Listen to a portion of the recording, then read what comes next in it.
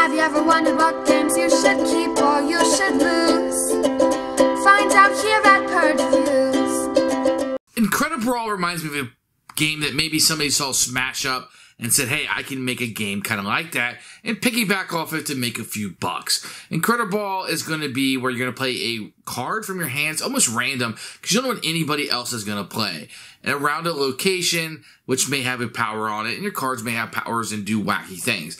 But you don't really have any feeling what anybody else is playing. So you're playing a card down and kind of hoping for the best that things will work out in your favor. If you do, you score some victory points. If not, somebody else will win the battle and maybe score some points for their team. The game doesn't really have any decisions because it's really hard for me to know what anybody else has. So how can I play the best possible card? You just kind of throw a card out there and hope for the best. Then it has like this paper, rock, scissors mentality to it. It's a tie, you use numbers, but it all seems kind of random, decisionless, and not very much fun. This is what I got kind of based on the theme and the look of the game, the artwork that's included, that's really good. The game is very simple to teach and to learn, but I still don't think it's worth the effort. This is an absolute purge for me. It was very hard for me to find any game inside this box at all, and definitely not a game I want to go back to and play. Absolute purge for us. Here is Incredibrawl, which is a very striking box, to be honest. It shows all the different characters, the Vikings, superheroes, dragons, and stuff on the front. You're going to get a rule book, which we'll take a look at in a few minutes. You're going to get some tokens in this. We end up using different counters. I have some poker chips I like to use, but these are nice little counters that you get with it. There aren't a ton of them with it. Then you're going to get 4 decks of cards. They're all going to fit here nicely. Sure, this box could have been a tad smaller, and all the decks are pretty much going to be the same. You're going to get your player A that will sit here. You're going to get a different cards that you'll be able to utilize. You get some locations that will be in it you'll be able to fight over. And all the different characters. I really like the artwork in this game. It's really, really, really cool looking. I like the different characters. You can see the things. This could have been a little bit bigger up there. The font on this could have been, but the artwork I think might be worth it in this case. The cards have a really nice finish on them. They're a tad thin, but the finish on them are pretty nice. They all have the logo on the back. So overall, components are very good. Here is the rule book. You see a picture from the front cover. Now, I don't like this too much. There's 3 different modes to play. Which one's the real game? I don't usually mind a family mode, which it does include. So you have what they call the so you're going to break down the different cards here and the abilities. That's nice. And then the casual mode. So I took it that this is the real way to play the game. And then when you get through here, it tells you turn order. You see there's pictures, there's examples and notes and how to win the game. It's very easy to play. And then how to break ties. But over here you have a family mode, which is great if you want to play with younger gamers.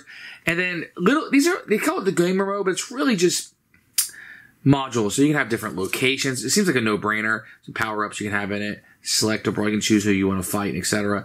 And then multiplayer game adjustments. But for the most part, in this review, we're going to be talking about the casual game, and we'll add some other stuff in that we were able to utilize. Rulebook's very good. I mean, 3, 4 minutes, 5 minutes, you can be through the casual mode and be up and playing with no problems. And we didn't really have any issues. The game is very simple. So each player's going to get their own deck of cards. You have the same deck of cards, but things might pull up differently. You're going to draw 5 cards from the deck, and that'll be your starting hand. You're going to have these locations that come out. There's the grassy meadow, which is the normal one, and the expert mode kind of puts in different ones of these. They will have different things that they can do, etc. on them. So there are different locations you can fight over, which, as you can see at the bottom, will have different powers on the bottom of it.